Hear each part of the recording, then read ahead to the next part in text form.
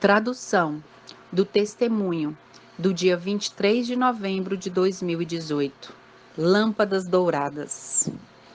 Amados, 23 de novembro de 2018.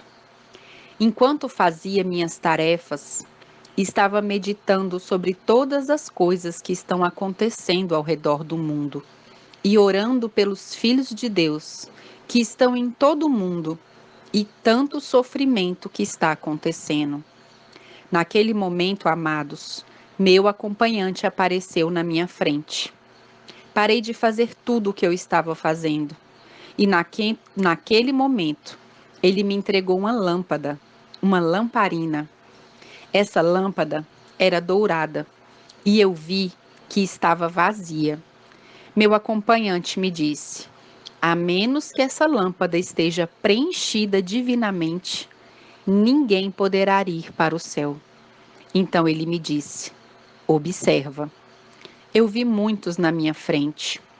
Todos carregavam lâmpadas como a que eu tinha. Eu vi como algumas pessoas fixavam o olhar nela e choravam. Outras olhavam para ela e sorriam. Naquele momento, enquanto eu olhava para eles, me chamou a atenção, porque vi passar voando por todos nós um ser majestoso. Ia voando com grande presteza, e ele tinha um grande cântaro, um jarro em sua mão, e deixava cair algumas gotas, que eram brilhantes. Enquanto eu observava o ser e as gotas, eu estava absorta no destino dessas gotas que caíam. Essas gotas caíam e todos os lados, nas lâmpadas daqueles que as tinham em suas mãos. Então foi indicado para mim: observa. Eu vi como as lâmpadas, que eu achava que eram todas iguais, algo as diferenciavam. Algumas estavam vazias e podiam coletar todo o azeite que chegava a elas. Outras, de igual tamanho e cor, estavam com uma tampa no seu orifício de entrada, e o azeite caía em cima da tampa e não podia segurá-lo, e caía no chão.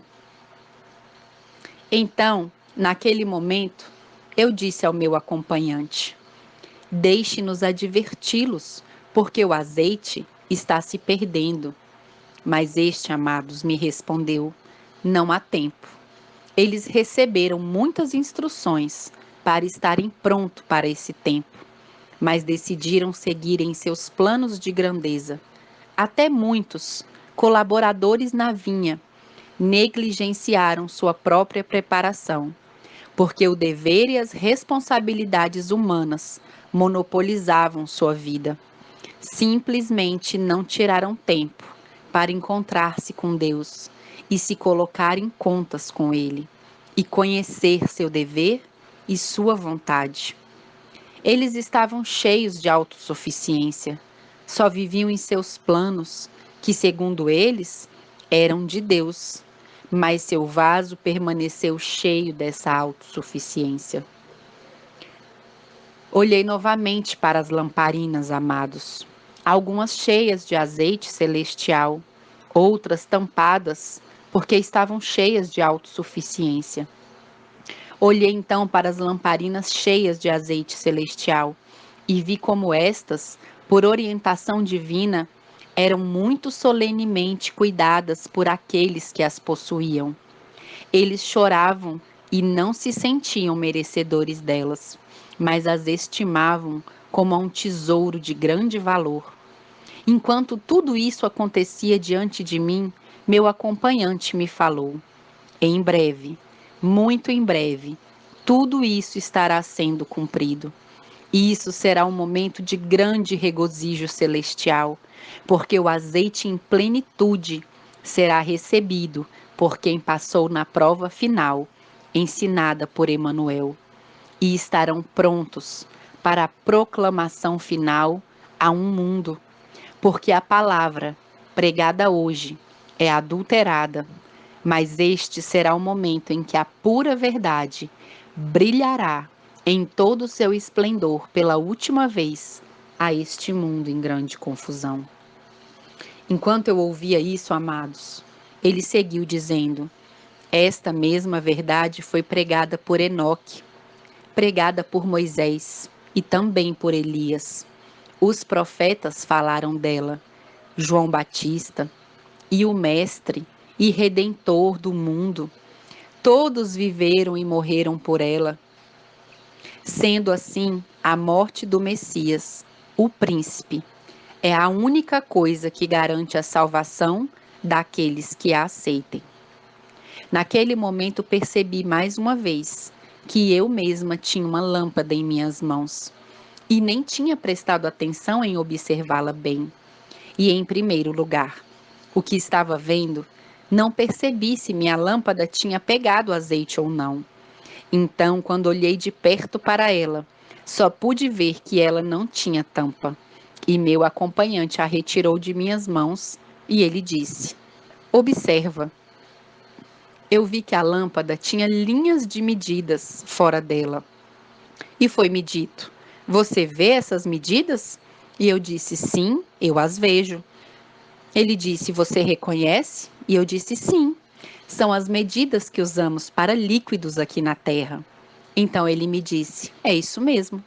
Então ele continuou dizendo para mim: agora observa estas. Naquele momento eu vi, pelas medidas que reconheci, que haviam outras que eu não reconhecia. E exclamei: oh, estas? Estas eu nunca as vi. E me disse: esta é a medida celestial. As medidas que você reconhece são as medidas que cada mortal deve se esforçar para obter. E as outras são aquelas que os dignatários celestiais e os anjos ministradores ajudarão ao que haja cumprido com a sua parte. E então o azeite final, o derramamento do Espírito Santo, como na era apostólica virá e terminará o que foi iniciado. Então, naquele momento, amados, eu exclamei: oh, como podemos completar a nossa parte, se não há nada de bom em nós? Como podemos alcançá-la? Então ele me respondeu: esta é a maneira. Reconhecei vossa condição de que você é pó. Humilhai vosso coração diante de Deus com temor e tremor. Rogai por vossa alma e vosso perdão. Fazei sacrifícios dignos de arrependimento. Sede zelosos por vossa salvação e não toqueis no que é impuro. Sejam prontos a fazer o bem e apartais do mal proceder. Não consintais com o que é impuro, nem o toqueis.